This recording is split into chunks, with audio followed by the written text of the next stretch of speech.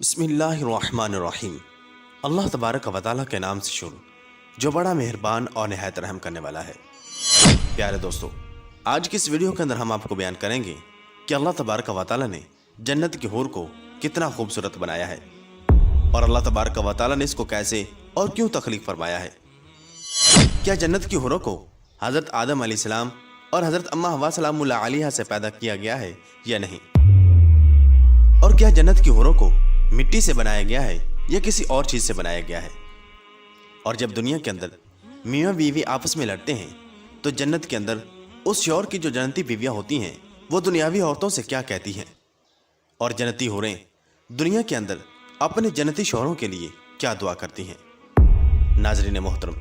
ان تمام سوالات کے جوابات ہم آپ کو قرآن و حدیث کی روشنی میں دیں گے، لہٰذا ہماری آپ سے یہ گزارش ہے کہ ہماری اس ویڈیو کو اینڈ تک ضرور دیکھیے گا تاکہ آپ کو جنتی حور کے متعلق تمام معلومات مل سکے اور آپ اپنی زندگی کو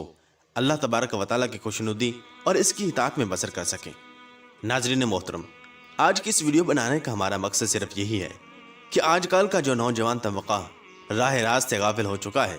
اور بے شمار گناہوں اور لعنتوں میں مبتلا ہو چکا ہے، ان کو راہ راست پر لانا ہے۔ پیارے دوستو، جیسا کہ آپ جانتے ہیں، آج کل نوجوانوں کا عام طور پر اللہ تبارک و تعالیٰ کی نافرمانیوں میں مبتلا ہونا، دنیاوی لہو لعب، گندے ڈائجسٹ اور ناولوں کا پڑھنا، غلیظ میگزینوں اور اخبار اور رسالوں میں اپنے شوق کو پورا کرنا، نیم برنہا تصاویر،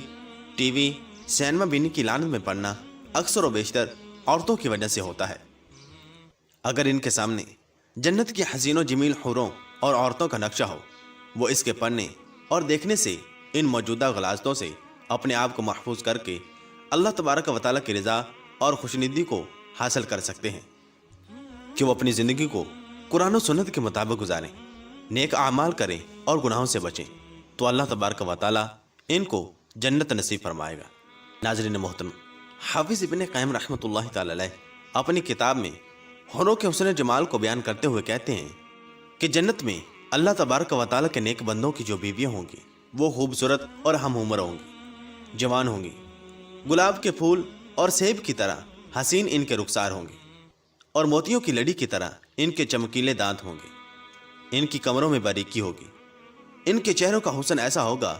کہ سورج ان کے گرد گردش کر رہا ہے، جب وہ مسکرائے گی تو اس کے دانتوں کے درمیان سے چمک نکلے گی، اور جنتی آدمی اس عورت کے رخساروں کے آنگن میں اپنا چہرہ اس طرح دیکھے گا جس طرح شیشے میں دیکھتا ہے، جس کی چمک واضح ہوگی۔ اور اگر وہ جنتی عورت دنیا کی جانب جھانک کر دیکھے تو زمین و آسمان کے درمیان ہر چیز خوشبو سے بھر جائے اور مخلوق کی زبانیں اللہ تبارک و تعالیٰ کی تکبیر اور تسبیح پکارنے لگے، اور مشرق و مغرب کے درمیان ہر چیز اس کی وجہ سے جگمگا اٹھے، اور سورج کی روشنی اس طرح مان پڑ جائے جس طرح ستاروں کی روشنی سورج کے سامنے مان پڑ جاتی ہے، اور زمین پر موجود ہر شے اللہ تبارک و تعالیٰ کی ذات پر ایمان لے آئے، اور اس کا دوپٹہ جو اس کے سر پر ہے وہ دنیا اور جو کچھ اس کے اندر ہے اس سے بہتر ہے، اور جنتی آدمیوں کی تمام تر آرزوؤں سے بڑھ کر آرزو اس عورت سے وصال ہوگا۔ وہ وقت گزرنے کے ساتھ حسن و جمال میں زیادہ ہوتی چلی جائے گی، اور مدت کا گزرنا اس کی محبت اور وصال کو زیادہ کر دے گا۔ وہ حمل اور ولادت، حیض اور نفاس سے پاک ہوگی، ناک کے سین اور تھوک اور پیشاب اور پیخانہ اور ہر قسم کے میل کچیل سے پاک ہوگی، نہ اس کی جوانی ختم ہوگی، نہ اس کے کپڑے پرانے ہوں گے، اور نہ اس کے حسن و جمال میں کمی واقع ہوگی، اور نہ اس کے وصال کی خوشبو اکتاہٹ میں ڈالے گی۔ بے شک وہ اپنی نظر اپنے خامد تک محدود رکھے گی اور اس کے سوا کسی کی جانب نظر نہیں اٹھائے گی، اور وہ آدمی بھی اپنی نظر اس عورت تک محدود رکھے گا، کیونکہ وہ عورت اس کی آرزوؤں اور چاہت کی انتہا ہوگی۔ اگر وہ آدمی اس کی طرف دیکھے گا تو وہ اس کو خوش کر دے گی، اگر وہ اس کو کسی کام کا حکم دے گا تو اس کی اطاعت کرے گی، اگر وہ اس سے غائب ہوگا تو وہ اس کی عزت و آبرو کی حفاظت کرے گی، اور سب سے بڑھ کر یہ کہ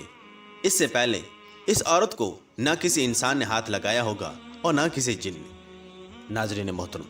سورہ بقرہ میں اللہ تبارک و تعالیٰ یوں ارشاد فرماتا ہے، اور اے محمد صلی اللہ تعالی علیہ وسلم، آپ خوشخبری دیں ان لوگوں کو جو ایمان لائے اور انہوں نے اچھے کام کیے کہ بے شک ان کے لیے ایسے باغات ہیں جن کے نیچے سے نہریں چلتی ہیں،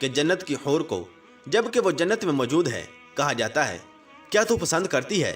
کہ اپنے دنیا کے خامد کو دیکھے؟ تو وہ کہتی ہے ہاں، کیوں نہیں۔ چنانچہ اس کے لیے پردے ہٹا دیے جاتے ہیں اور اس کے خامد کے درمیان دروازے کھول دیے جاتے ہیں، حتیٰ کہ وہ اس کو دیکھتی اور پہچان رکھتی ہے اور ٹکٹکی لگا کر دیکھتی رہتی ہے، اور یہ کہ وہ اپنے خامد کو دیر سے آنے والا سمجھتی ہے۔ یہ عورت اپنے خامد کی اتنی مشتاق ہے کہ جتنا دنیا کی عورت اپنے گھر سے کہیں دور دراز گئے ہوئے اپنے خامد کی واپسی کی مشتاق ہوتی ہے۔ اور حضرت ابو امامہ رضی اللہ تعالیٰ عنہ سے روایت ہے کہ نبی کریم صلی اللہ تعالیٰ علیہ وسلم نے ارشاد فرمایا، جب یہ مسلمان نماز کے لیے کھڑا ہوتا ہے تو اس کے لیے جنت کو کھول دیا جاتا ہے اور اس کے رب کے درمیان پردے ہٹا دیے جاتے ہیں، اور حور اس کی طرف اپنا رخ کر لیتی ہے جب تک کہ وہ نہ تھوکے اور نہ ناک سن کے۔ بحوالہ طبرانی شریف۔ اور حضرت ابو ہریرہ رضی اللہ تعالیٰ سے مروی ہے کہ نبی کریم صلی اللہ تعالیٰ علیہ وسلم نے ارشاد فرمایا کہ جنت میں سب سے پہلے جو حضرات داخل ہوں گے وہ 14ویں کی رات کے چاند کی طرح روشن چہرے اور جسموں والے ہوں گے، اور اس کے بعد جو داخل ہوں گے وہ آسمان کے زیادہ چمکدار ستاروں کی طرح روشن ہوں گے۔ ان میں سے ہر شخص کے لیے 2 بیویاں ہوں گی جن کی پنڈلیوں کا گودا گوشت کے اندر سے جھلکتا ہوا نظر آئے گا، اور جنت میں کوئی انسان بغیر اہل خانہ کے نہیں ہوگا۔ بحوالہ بخاری شریف۔ اور حضرت ابو سعید خدری رضی اللہ تعالیٰ سے روایت ہے کہ نبی کریم صلی اللہ تعالیٰ علیہ وسلم نے ارشاد فرمایا کہ ادنیٰ درجے کے جنتی کے 80,000 خدام ہوں گے اور 72 بیویاں ہوں گی۔ ہر ایک جنتی کے لیے لؤلؤ، یاقوت اور زبرجد کا ایک قبہ نصب کیا جائے گا جس کی لمبائی جابیہ سے صنعاء تک ہوگی۔ پیارے دوستو، جنت اور اس کی نعمتیں ہمیشہ رہنے والی ہیں اور آخرت کی زندگی نہ ختم ہونے والی ہے۔ اب یہ فیصلہ آپ نے کرنا ہے کہ دنیا کے اندر زنا کاری کر کے، بد نگاہی کر کے، قتل و غارت کر کے، شراب، سود خوری، رشوت ستانی اور دیگر گناہوں میں ملوث ہو کر اپنی آخرت کی زندگی کو تباہ کرنا ہے، یا پھر یہاں پر تقویٰ کو اختیار کر کے اپنی زندگی قرآن و سنت کے مطابق گزار کر